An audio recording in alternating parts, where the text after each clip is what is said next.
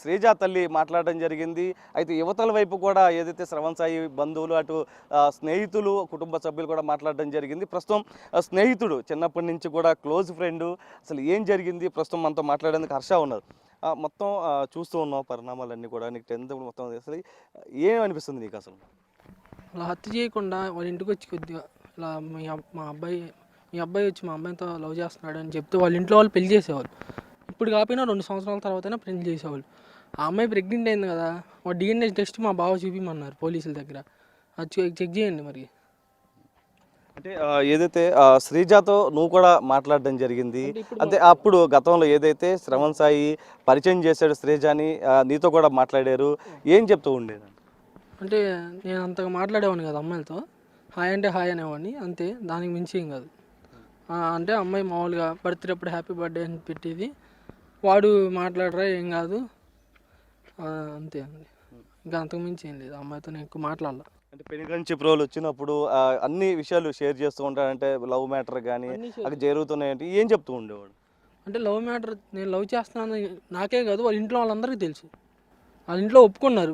వాళ్ళ పావయ్య వాళ్ళ పెద్దనాన్న వాళ్ళు వచ్చి పెళ్లి చేసుకున్నాను, కానీ ఒక 2 years ఆగమన్నారు.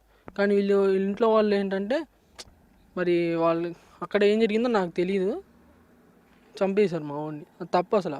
వాళ్ళ ఇంటికి వచ్చి మాట్లాడుకున్నా బాగుండేది. అంటే 2 నెలల క్రితం ఏదైతే శ్రీజ పినతండ్రి ఉన్నాడో అతను శ్రవణ్ సాయికి కాల్ చేసినట్లుగా కూడా తెలుస్తుంది, బెదిరించారని చెప్తున్నట్లుగా తెలుస్తుంది. అది ఎంతవరకు అసలు ఏం జరిగింది?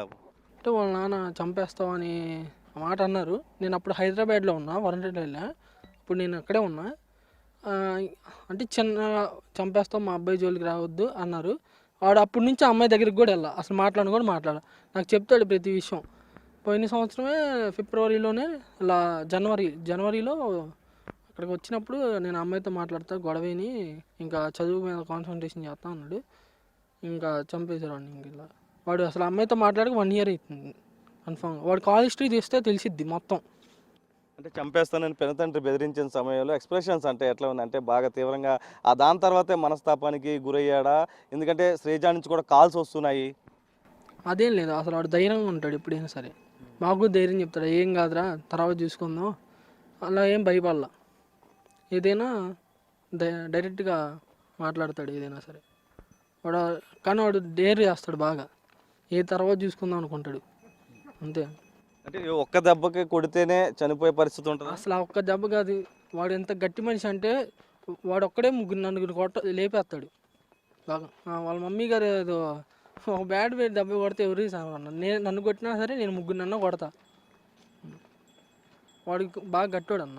ఈ 2-3 రోజుల్లో ఏమైనా మాట్లాడడం జరిగిందా? నేను ర్యాపిడో చేసుకుంటున్నారా, నాకు కొద్దిగా హెల్ప్ మనీ అడిగాడు, నేను కొట్టా అంతే. తర్వాత ఈ జరిగింది, చనిపోయాడు. ఇప్పుడు ఏం కోరుకుంటున్నావు నువ్వు యాజ్ ఎ ఫ్రెండ్గా? నువ్వు ఏం కావాలని కోరుకుంటున్నావు? మా వాడికి ఏం జరిగిందో వాళ్ళకి అదే జరగాలి అంతే. ఇది హర్ష చెప్తుంది. ఏదైతే శ్రవణ్ సాయి ఫ్రెండ్ హర్ష, అతను చెప్పిన ప్రతిదీ షేర్ చేస్తూ ఉంటాడు, అన్ని విషయాలు చెప్తూ ఉంటాడు. కానీ ఈ ఒక్క విషయమే వెళ్తున్న సమయంలో సమాచారం ఇస్తే కనుక వేరేలాగా ఉండేదంటూ కూడా చెప్తున్నారు. ఏదైతే ఇతరత్ర జరిగినటువంటి పరిణామాలు ఉన్నాయి, అక్కడ జరిగినటువంటి ఇష్యూకి సంబంధించి 2 నెలల క్రితం పినతండ్రి కాల్ చేసి చంపేస్తామని బెదిరించాడంటుగా. అప్పుడు ఇతను కూడా స్పాట్లోనే ఉన్నప్పుడు అతను ధైర్యం చెప్పినటువంటి పరిస్థితి. 2 రోజుల క్రితం కూడా మాట్లాడడం జరిగింది, ర్యాపిడ్ వేసుకుంటున్నాను, చదువు మీద కాన్సన్ట్రేషన్ చేస్తున్నానని చెప్పిన నేపథ్యంలో ప్రస్తుతం ఇలాగా హత్యగావించబడ్డాడు. అయితే పెనుగంచి ప్రోల్లో ఉన్నటువంటి స్నేహితులు మొత్తం కూడా కన్నీరు మున్నీరుగా వెలిపిస్తున్నటువంటి పరిస్థితి కనిపిస్తుంది. ఏదైతే ఒకటే కోరుతున్నారు, ఎవరైతే ఉన్నారో వారికి హత్య చేశారో వారిని కఠినంగా శిక్షించాలంటూ కూడా వీరంతా డిమాండ్ చేస్తున్నటువంటి పరిస్థితే కనిపిస్తుంది.